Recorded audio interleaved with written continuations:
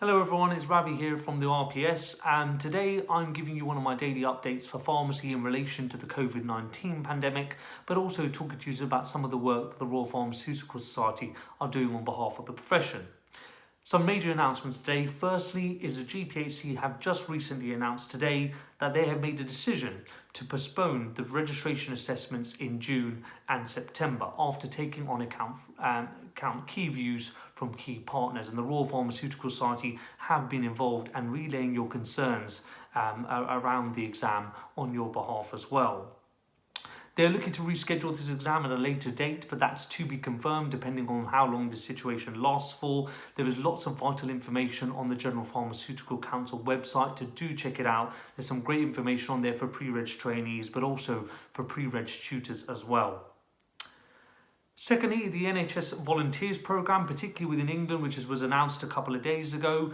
It's fantastic to see that over 560,000 people, members of the public, have put themselves forward to help the NHS, showcasing once again how much the public value and love the NHS. We're still seeking some further information in relation to the volunteer programme in Scotland, which we hope to get some further clarification on soon. And we know that in Wales they already have an ongoing volunteers programme for HEIW, and it might be just useful for you to check those particular platforms for further information in that as well. The Royal Pharmaceutical Society does have information on the volunteers programme in the respected countries, and that's continually being updated as we have more information.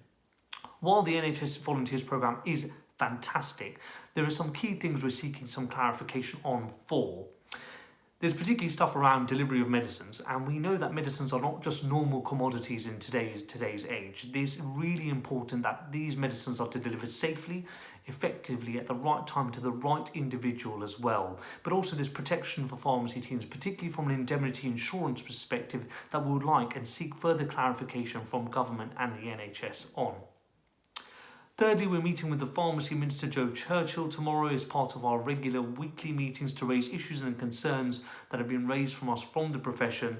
There are many things that we'll be discussing, but some of the key highlight things from the conversations I've been having and looking at social media has been protecting pharmacy teams as a key important bit. There is issues around the supply and continuity of PPE, which needs to be addressed and sorted out urgently.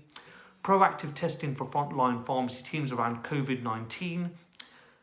We're also looking at how we can support the well-being of frontline staff as well. And this goes beyond just supporting their mental health and well-being, but also supporting pharmacists and their teams from abuse, violent behaviour as well.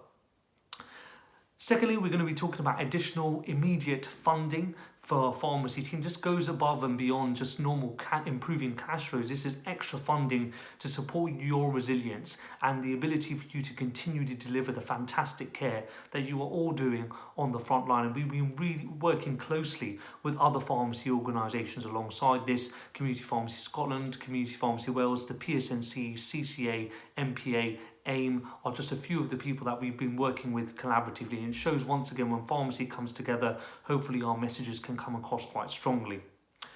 Lastly, we're just asking continually for the government to have greater recognition of the fantastic work that you and your teams are doing on the front line. This goes beyond just words and just saying it in various places, but in regular communications to the public around when is appropriate to access pharmacy teams, how they can help pharmacy teams on a day-to-day basis do the best job that they can as well, and protecting them at all costs. Pharmacies are absolutely the front line in this battle to the COVID-19 pandemic, and it's really important that the government values that, recognises that, and supports you.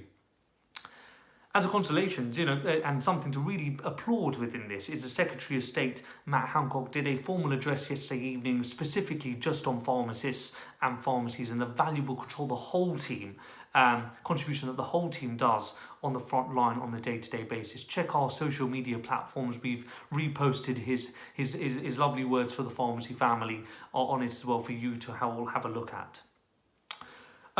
We've also had a further discussion today with the National Police Chief Council today. We wrote them a letter yesterday, and they followed up with a conversation and meeting today to discuss aggressive, violent and abusive behaviour within two pharmacy teams, particularly community pharmacy teams, across the entirety of the NHS. They have agreed that this should not be tolerated, and they're going to be doing some quick work now to seek how they can create some immediate actions to support pharmacy teams within the coming days, weeks and months during the response to the COVID-19 pandemic. And these are some of the concerns we've been seeing from members and the profession that's increasing over the last couple of weeks. And again, once again, we're raising those issues with the right people to bring about the correct action. Lastly, our President Sandra Gidley has been on Sky News today talking about the fantastic work that you and your teams are doing on the front line, but also how the public can support you during this difficult time as well. I'll be on Sky News hopefully tomorrow talking about the same things, raising the profile and recognition for the profession. We've had many members of the RPS team here, but also board members and colleagues across England, Scotland and Wales on the radio and TV massively over the last 4 or 5 days, over the last week and a couple of weeks as well. We've just recently given an update to members on our website about all the media work that's currently happening. So once again, check out the RPS website for more information.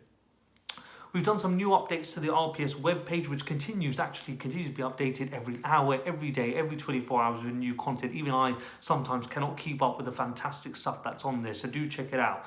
Some of the new stuff that's on there is new clinical information in relation to chloroquine and hydroxychloroquine from MHRA that was published yesterday. Information on how you can become a volunteer and things that you can do to help prepare you for activities relating to volunteering work at the current moment in time. And then some helpful advice and support for pre-registration trainees following today's announcement from the General Pharmaceutical Council. That's the update from me today.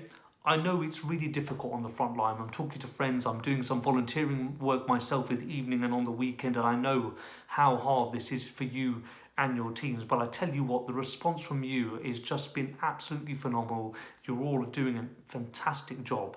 So once again, thank you from everyone here at the Royal Pharmaceutical Society. The profession is doing a phenomenal job in this fight against the COVID-19 pandemic. We are fighting for you here at the RPS and will continue to do so and continue to provide daily updates on the latest developments that are currently happening.